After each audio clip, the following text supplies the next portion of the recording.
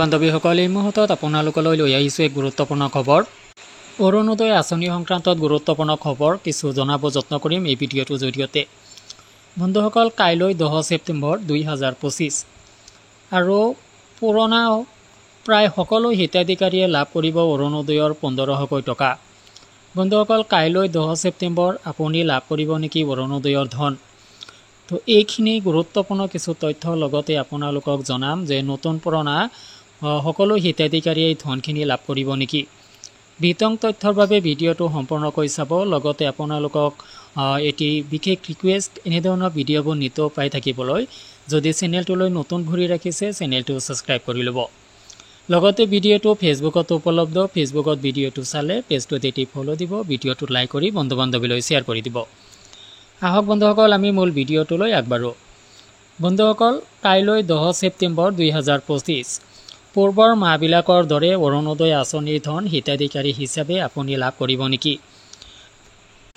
অৰ্থাৎ আপোনাৰ বেংক একাউণ্টত আহিব নেকি অৰুণোদয়ৰ 1500 টকা? বন্ধুসকল, আপোনালোকক এই ক্ষেত্ৰত জনাই ৰাখোঁ যে কাইলৈ 10 ছেপ্টেম্বৰ অৰুণোদয় আঁচনিৰ ধন নিয়মমতে আপোনালোকে পোৱাৰ কথা।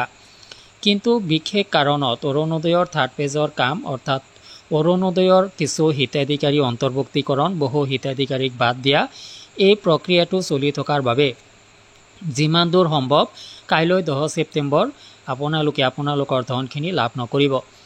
কিয়নো ইতিমধ্যে চৰকাৰে এক বিশেষ ব্যৱস্থা গ্ৰহণ কৰিছে, সেয়া হৈছে LPG গেছৰ কানেকশ্যন সংযোগৰ ডকুমেণ্টছ আপুনি চৰকাৰৰ হাতত জমা দিব লাগে আৰু ইয়াৰ বাবে আপোনাক চৰকাৰে 250 টকা প্ৰদান কৰিব।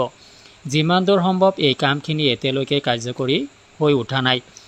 গতিকে ছেপ্টেম্বৰ মাহৰ 17 তাৰিখৰ পিছত আপোনালোকে অৰুণোদয়ৰ ধনখিনি লাভ কৰাৰ সম্ভাৱনা আছে। অৰ্থাৎ কাইলৈ 10 ছেপ্টেম্বৰ আপোনালোকৰ বেংক একাউণ্টত অৰুণোদয়ৰ পূৰ্বৰ 1250 টকা নাহিব পাৰে। ইয়াত সম্ভাৱনাটো যথেষ্ট কম, যদিও আপুনি আপোনাৰ বেংক একাউণ্টটো এবাৰ চেক কৰাই ল'ব পাৰে 10 তাৰিখত।